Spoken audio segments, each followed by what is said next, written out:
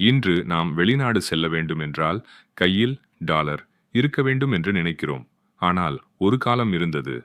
Dubai, Qatar, Kuwait, Oman, ஏன் ஆப்பிரிக்காவின் சில பகுதிகளுக்கு கூட நீங்கள் வெறும் இந்திய ரூபாயை மட்டும் எடுத்துக்கொண்டு ஷாப்பிங் செய்ய போயிருக்கலாம்.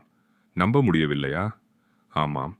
1960களின் நடுப்பகுதி வரை இந்திய ரூபாய் ஒரு சர்வதேச நாணயமாக இருந்தது. ஆனால் 1966இல் நடந்த ஒரு சம்பவம் இந்திய ரூபாயின் அந்த உலகளாவிய செல்வாக்கை ஒரே இரவில் காலி செய்தது. அது என்ன? வாருங்கள் பார்ப்போம். கல் ரூபாய், வளைகுடா ரூபாயின் சகாப்தம். பிரிட்டிஷ் ஆட்சி காலத்தில் இந்தியா மட்டுமில்லாமல் வளைகுடா நாடுகள் பலவும் பிரிட்டிஷ் கட்டுப்பாட்டில் இருந்தன. அப்போது நிர்வாக வசதிக்காக இந்திய ரூபாயையே அந்த நாடுகளிலும் புழக்கத்தில் விட்டார்கள். எங்கெல்லாம் புழக்கத்தில் இருந்தது? குவைத், பஹ்ரைன், கத்தார், ஐக்கிய அரபு அமீரகம், அப்போது ட்ரூஷியல் ஸ்டேட்ஸ், ஓமன் மற்றும் கிழக்கு ஆப்பிரிக்காவின் சில பகுதிகள். சிறப்பு ரூபாய். 1959இல் இந்திய அரசு கல்ப் ரூபாய், வளைகுடா ரூபாய் என்ற தனி நோட்டுகளை அச்சடித்தது. இது இந்தியாவில் புழங்கும் ரூபாய் நோட்டுகளைப் போலவே இருக்கும். ஆனால் நிறம் மட்டும் வேறாக இருக்கும். அந்த சமயத்தில் துபாயிலோ அல்லது குவைதிலோ ஒரு நபர் டீ குடித்தால் அவர் கொடுத்தது இந்திய ரூபாயாகத்தான் இருந்தது. 1966 அந்த பெரிய சரிவு, தி 1966 டிவாலுவேஷன். இந்தியா சுதந்திரம் அடைந்த பிறகு 1960களின் தொடக்கத்தில் பெரும் பொருளாதார நெருக்கடியை சந்தித்தது. போர்கள் 196 சீனா போர் மற்றும் 196 பாகிஸ்தான் போர் இந்திய பொருளாதாரத்தை நிலைகுலைய வைத்தது. பஞ்சம் கடுமையானது. வறட்சியால் உணவு உற்பத்தி குறைந்தது. அப்போது பிரதமராக இருந்த இந்திரா காந்தி ஒரு அதிரடி முடிவை எடுத்தார். அதுதான் ரூபாய் மதிப்பு குறைப்பு.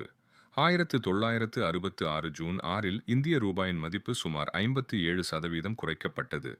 அதாவது அதுவரை ஒரு டாலருக்கு 4.76 ரூபாயாக இருந்தது. ஒரே நாளில் 7.50 ரூபாயாக உயர்ந்தது. வளைகுடா நாடுகளின் எதிர்வினை இந்த திடீர் அறிவிப்பு வளைகுடா நாடுகளை அதிர்ச்சியில் ஆழ்த்தியது. ஏனெனில் அவர்களின் கையில் இருந்த மொத்த பணமும் இந்திய ரூபாய் ஒரே நாளில் பாதியளவு மதிப்பை இழந்தது. நம்பிக்கை உடைந்தது. தங்கள் பொருளாதாரத்தை ஒரு வெளிநாட்டு நாணயத்தை, இந்திய ரூபாய், நம்பி வைப்பது ஆபத்து என்று அந்த நாடுகள் உணர்ந்தன. புதிய நாணயங்கள். குவைத் ஏற்கனவே தன் சொந்த நாணயத்தை, தினார், அறிமுகப்படுத்தியிருந்தது.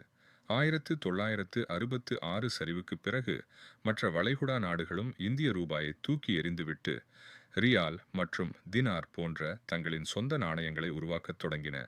இப்படித்தான் இந்தியாவுக்கு கிடைத்திருக்க வேண்டிய ஒரு மிகப்பெரிய குளோபல் கரன்சி அந்தஸ்து நழுவி போனது.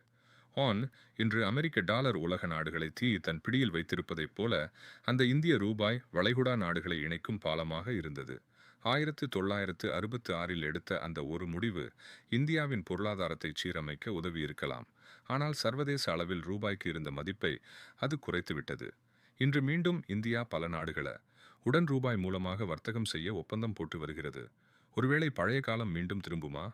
நீங்கள் என்ன நினைக்கிறீர்கள்? கமெண்ட்ல சொல்லுங்க.